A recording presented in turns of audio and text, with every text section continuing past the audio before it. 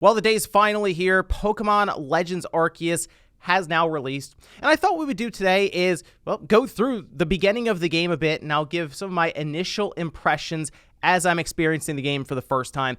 I used to do this with some games back in the day, and I thought maybe I'd bring that series back here and there as some bigger releases start to come out this year. You guys can let me know what you think about that idea. But today we're going to take a look at Pokemon Legends Arceus. It's supposed to be a massive shift for the overall Pokemon formula that we've become used to over the last couple of decades. So if you guys enjoy the video, make sure you leave a like down below and subscribe. First of all, this is supposed to be like a Breath of the Wild moment for the Pokemon franchise, and some people get annoyed at that saying for just a lot of games now, but I mean, like, look at the cover art.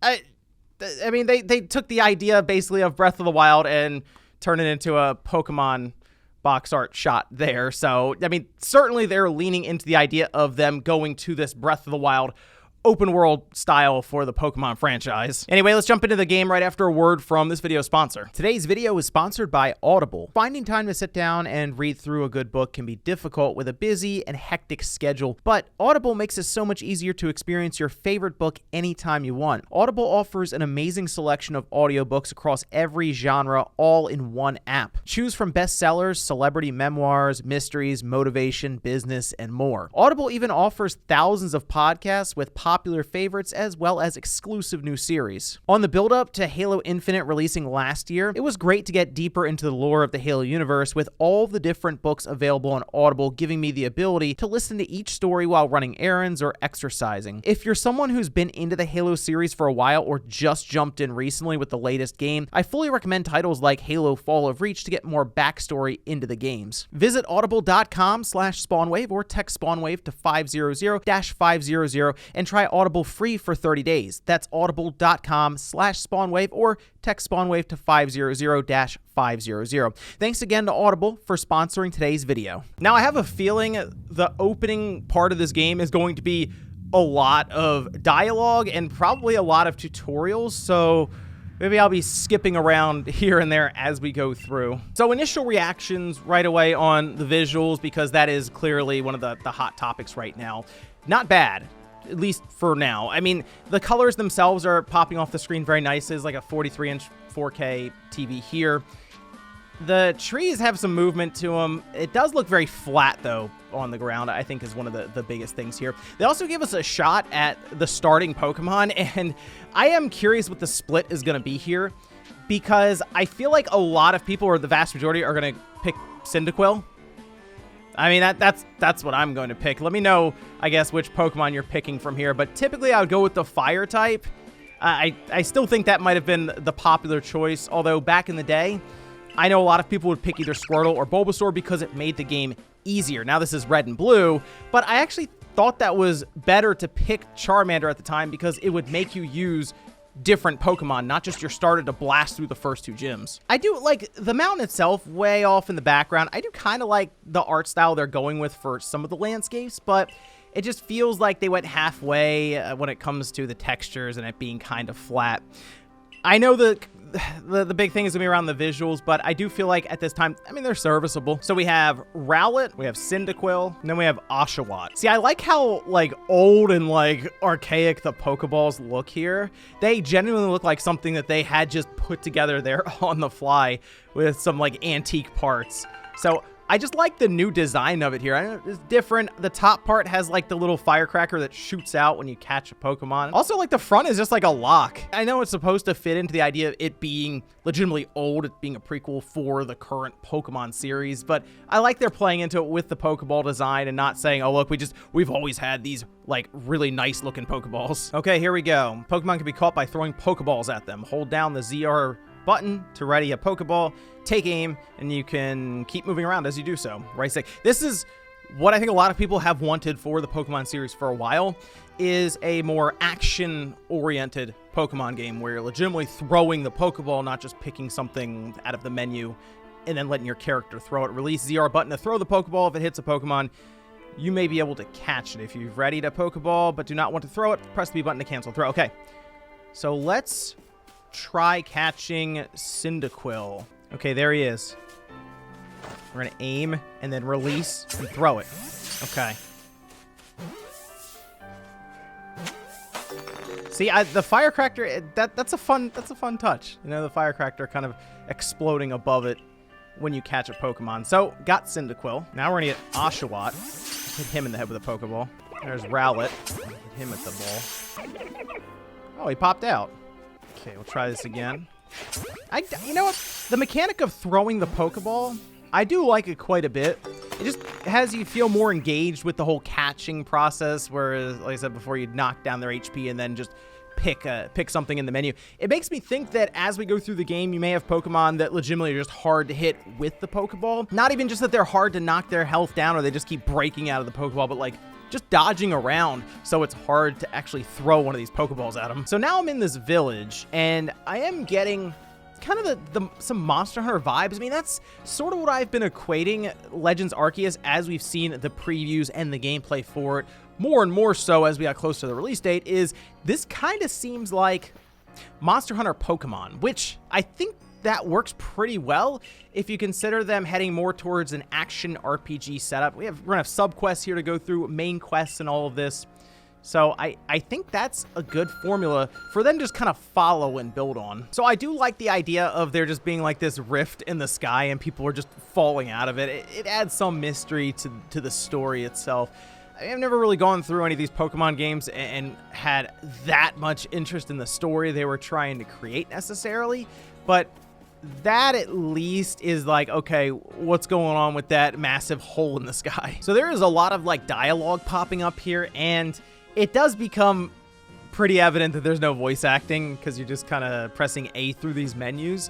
And I do kind of think we are to the point where we should be getting voice acting, especially from like Game Freak and everything. But I do see some people say, you know, it doesn't really need it. It's not a big deal.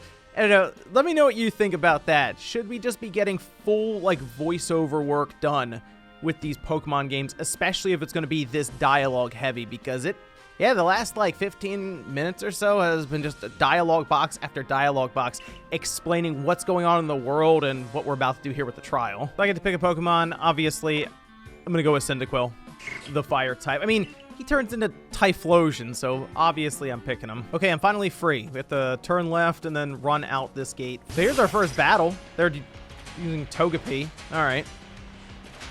I mean, I kind of have Cyndaquil here, but we'll see how this goes. So this is a battle, and the thing about this is you can move around, like I am now. Let's see, we'll fight. Quick attack. Yeah, it's interesting because you can get kind of this full view of the battle as it's happening like this, because before you would sort of wait for the camera to pan to certain angles and all of this. Now you just kind of view it in real time. Even as they're attacking, you can kind of see this. So this is something I'm kind of looking forward to, especially as you get some of the better moves and things just blowing up all over the place.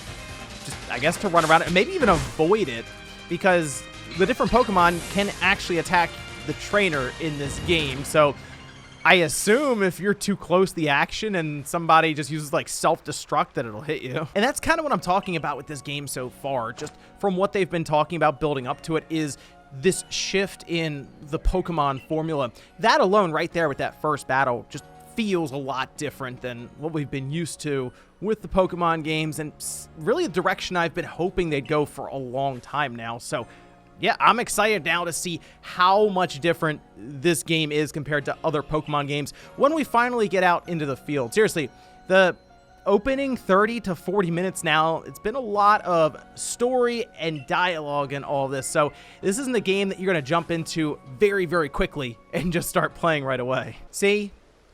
The Breath of the Wild shot, right? Isn't that the idea? It's like, look how far. Do you see that mountain? You can go to that mountain. Like, see how far off this goes? So they said I need to catch a Bidoof, a Starly, and a Shinx. It says I can hold down LZL. And I'll kind of, yep, lock on. So we'll throw the Pokeball. And all right, there we go. Get a little cool little firework. That's the first one down. So for Starly, they're trying to introduce kind of the more stealth mechanic to the game, where you're trying not to be spotted. Of course, using, what else? High grass.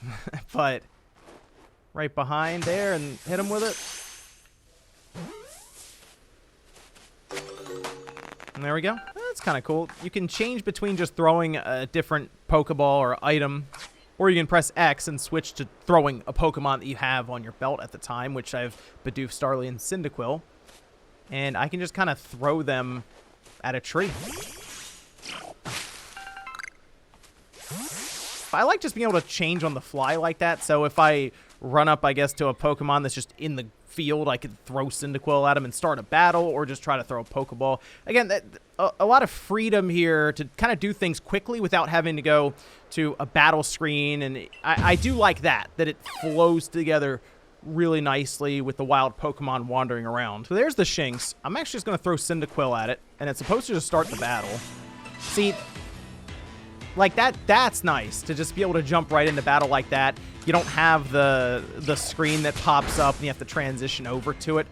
It's just very quick. Let me do Ember here.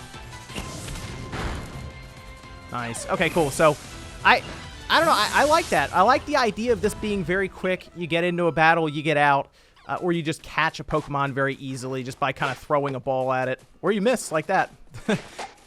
See, in that case, like, it has like that red X above it, so it doesn't do anything. It just hits off their head, which is kind of rude, actually, now I think about it. I'm going to throw a Pokeball. Okay, so in this case, it does that, though. Like, you still have to say, yes, I want to throw a Pokeball. So when you're in battle, you do still have to go through the menu to throw a Pokeball, I guess. That seems kind of like a strange shift in the approach to that. I don't know if it's because you're in the battle and they figure you might just keep throwing Pokeballs at something otherwise, and that's supposed to at least set your turn in motion then, and then go to the enemy Pokemon. But they still kind of have that in there then, that turn-based feel to it, alongside of the quick arcade feeling for when you're running around in the field and just chucking things at different Pokemon. There we go. I passed my trial. I got my little outfit here, and they even gave me some sandals. This entire time, it's been pretty much guided completely. So I'm thinking we're getting close to the point where I'll get to just run out in the field and they just say, do whatever you want. Also, I like this idea. You're just going to craft them. Like, you make your own Pokeballs. That's actually a pretty cool idea, I think. And again, it plays into the time period for this game. And I assume you're going to get different crafting recipes as you go through, make better Pokeballs.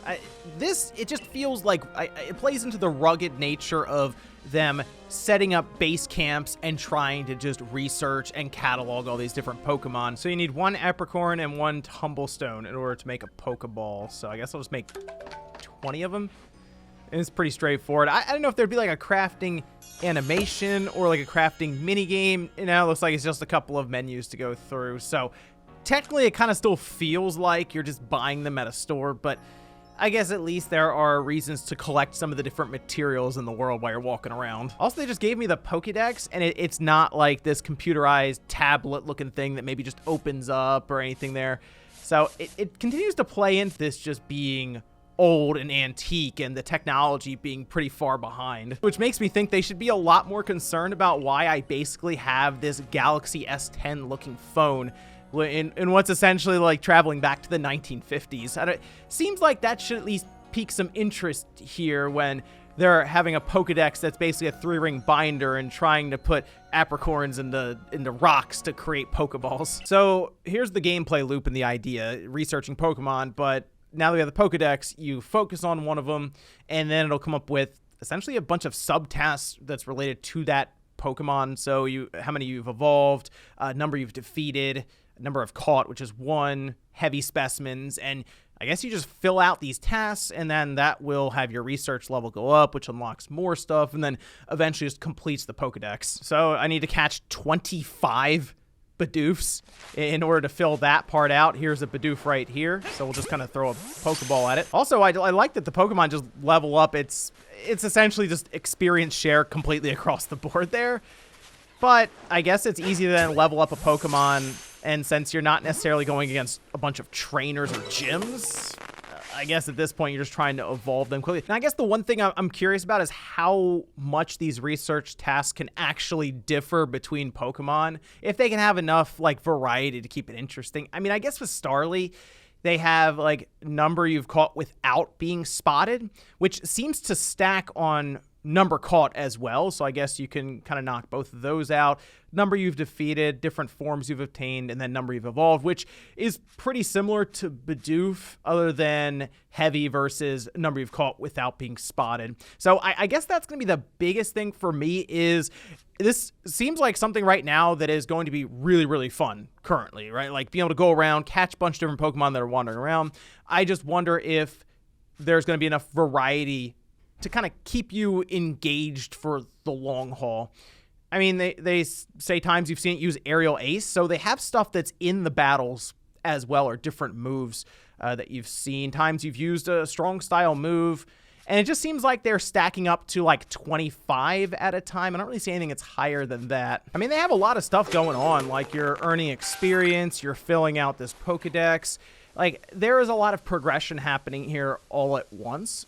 So it is something that I can see this being addicting for people who like to like just complete things like a checklist in the Pokedex itself. Let's see, we have Shinx here, and I need to number you defeated with ground moves, number you defeated, caught, times you use bite. So really I need to do 25 captures for that part. Nothing when it comes to like stealthing around. So it still has that sense of like, you do want to have to battle some of them in order to catch them. Others, you'll just throw a Pokeball and take them out. And I guess it does at least lean into the idea of, yeah, you want to be stealthy around some of these Pokemon so you can catch them off guard and pick them up. Or I guess you could throw berries or different fruit at them to lower their guard. But for the most part, the turn-based mechanic, I think, is woven in pretty well, at least from what I'm seeing so far. It does kind of take me out of it a little bit after being so used to just throwing a Pokeball at a Pokemon and have to go in here and choose it as a turn. I mean, I'm not going to say this is a great looking game or anything, because it's not, but the visuals aren't getting in the way necessarily. I mean, they're serviceable, I guess is what you'd say, and I haven't gone to any of the different environments or anything, like if there's like spots where there's snow all over the place or if it's raining or anything like that.